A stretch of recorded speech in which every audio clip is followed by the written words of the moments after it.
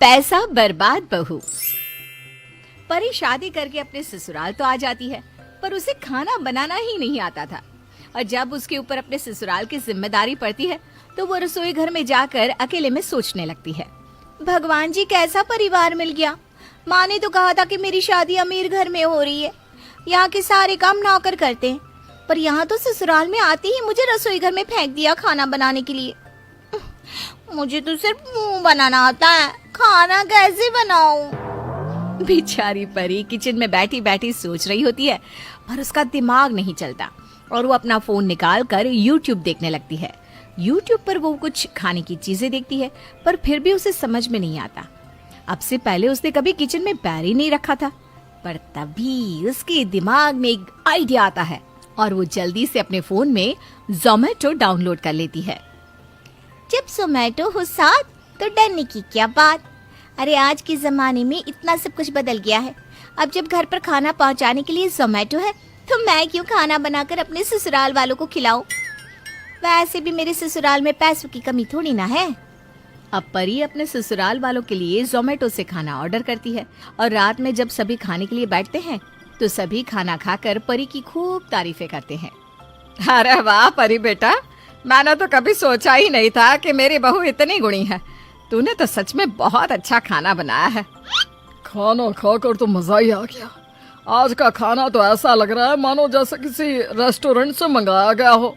नहीं नहीं पिताजी, ये रेस्टोरेंट का नहीं है, ये मैंने अपने हाथों से बनाया है, आप सबके लिए, वो भी बहुत प्यार से। हाँ बहू, मैं जानता हूँ, मैं तो बस तुम्हारे खाने की तारीफ कर रहा था। तुम हलवाई से कम थोड़ी ना हो। तुमने तो रेस्टोरेंट के खाने को भी फेल कर दिया। परी बहू सबको पीछे तो छोड़ेगी ही ना, आखिर बहू है किसकी। परी के हाथों का खाना खाकर सबके चेहरे पर मुस्कुराहट थी।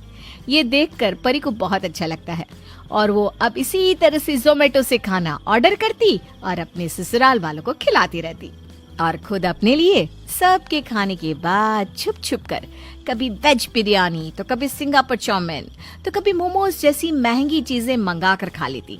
ऐसे ही एक दिन खाने का समय हो चुका था। सभी खाने के टेबल पर इंतजार कर रहे थे, पर अब तक ज़ोमैटो वाला नहीं आया था।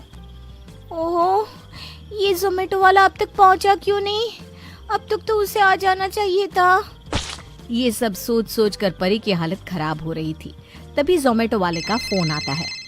अरे भैया, आने में इतनी देर क्यों कर दी? वैसे अभी कहाँ हो आप? मैडम, मैं आपके घर के दरवाजे पर खड़ा हूँ, जल्दी से आकर अपना पार्सल ले जाओ। अरे भैया, ये क्या कर रहे हो?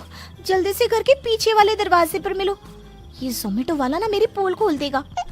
अब जल्दी से परी अपने घर के पीछे वाले दरवाजे पर जाकर पार्सल लेती है और घर वालों को खाना देती है। पर आज खाना थोड़ा कम पड़ जाता है, जिसे देखकर परी के माथे पर शिकन आ जाती है, जिस पर सीता कहती है, बहू आज तो खाना कम पड़ेगा, पर तो उदास क्यों होती है? ऐसा तो अक्सर हो जाता है, कभी कम तो कभी ज्यादा खाना होता है, इसलिए तू ना जाकर थोड़ा सा और खाना बना ले, मैं और तू साथ में खा लेंगे। अरे सीता, बहू को क्यों तंग कर रही हो? थोड़ा सा खाना ही तो कम पड़ा है।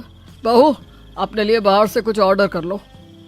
माँ जी, पिताजी बिल्कुल सही कह रहे हैं, और अब ना मेरा बनाने का बिल्कुल भी मन नहीं है, तबीयत भी कुछ ठीक नहीं लग रही। अगर ऐसी बात है तो ठीक है बहू, मैं अभी रघु से कह देती हूँ, वो तेरे लिए और अपने लिए बाहर से कुछ ऑर्डर कर ले। थैंक गॉड, बाल बाल बची। ऑनलाइन ऑर्डर खाने की बात सुनकर परी की जान में जान आती है। रात को कुछ देर बाद जब रघु घर आता है तो परी रघु से पैसे मांगती है।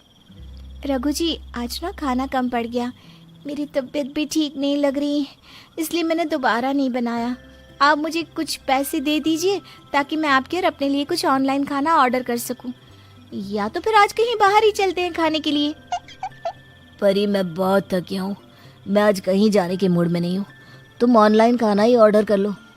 मैंने अभी कुछ दिन पहले ही तुम्हें कुछ पैसे दिए थे ना, उसी में से खाने के लिए ऑर्डर कर लो। पर मेरे पास पैसे नहीं है, वो सारे पैसे खत्म हो गए।